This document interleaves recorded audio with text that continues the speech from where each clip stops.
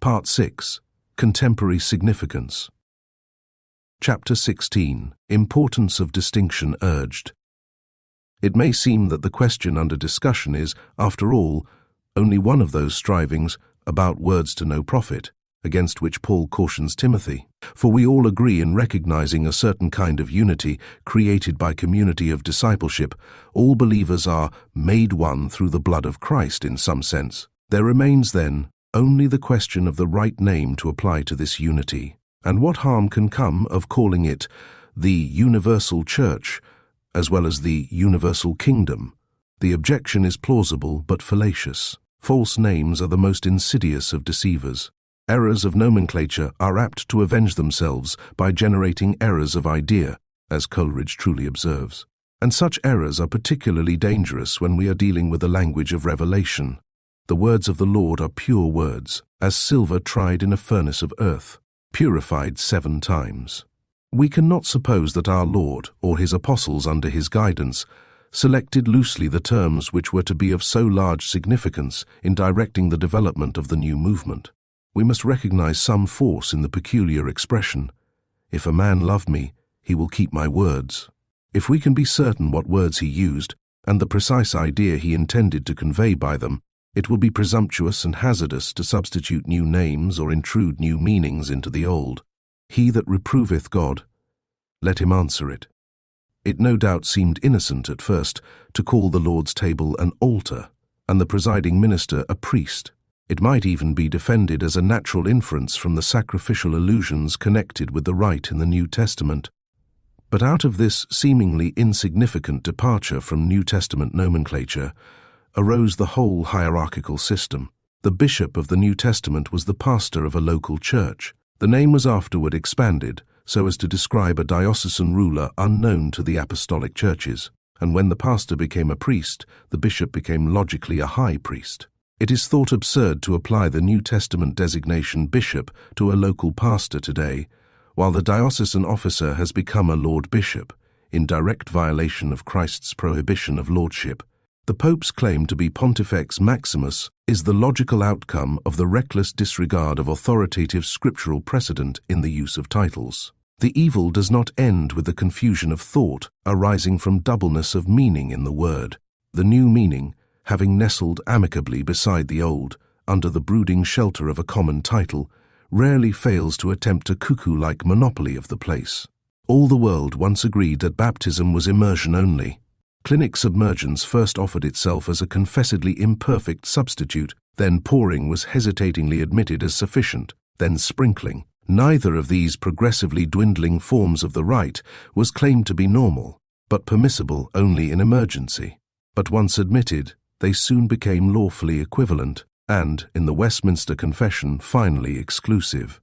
The word baptize no longer suggests to the average pedo-Baptist the faintest hint of its New Testament meaning. It has become, as a late Chinese version shrewdly put it, the watering ceremony.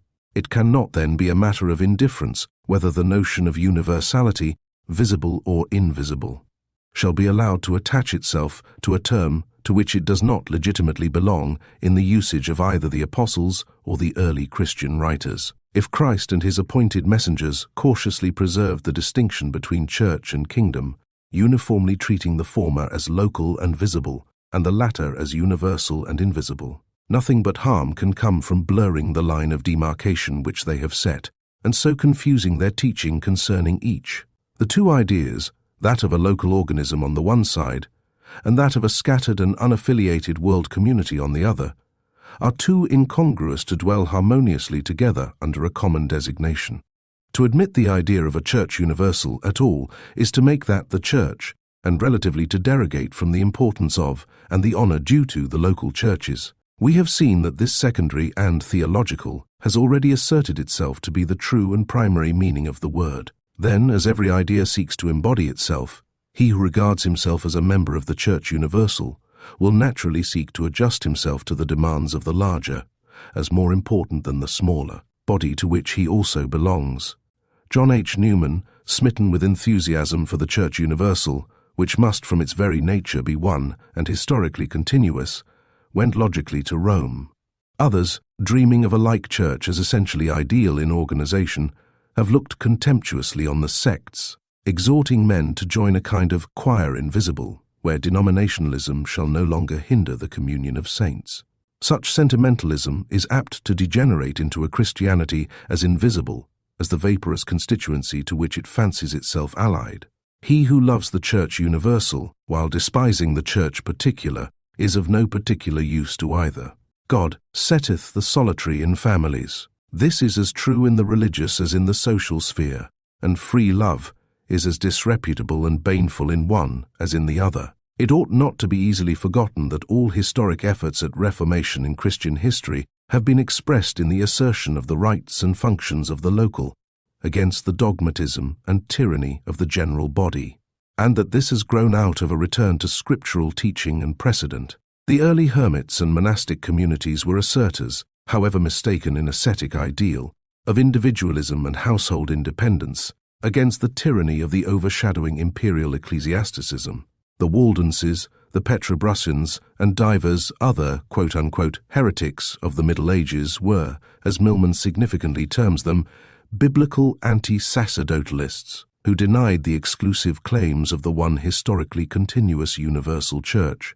One of the prime doctrines of Luther, the doctrine that turned Reformation into revolt, was the assertion of the priesthood of all believers and the legitimacy of a freshly originated and self-organized church. The First Ecumenical Council under Constantine had issued the first authoritative creed, and its acceptance had been penally enforced.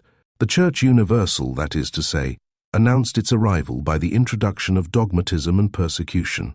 Luther asserted the right of the individual to read, judge and obey for himself, and to combine with others in the voluntary establishment of a free local organization. Regulated and officered by independent election and ordination, he repudiated persecution. The hangman is no doctor of divinity, but he was caught in the tangle of embarrassing circumstance and faltered in the thorough working out of his reformatory principles. The state church accordingly arose, dogmatism returned as despotic as ever, the hangman was summoned again to remove heresy by removing the heretic, and Lutheranism lapsed from its incipient local independence. It remained for the early Anabaptists, seconded at a later date by the Brownists of England, to break away from the universal or national body that had usurped the name of the Church, and as seceders, nonconformists, or separatists, to assert the primitive and indefeasible right of the independent local body to the long-withheld title.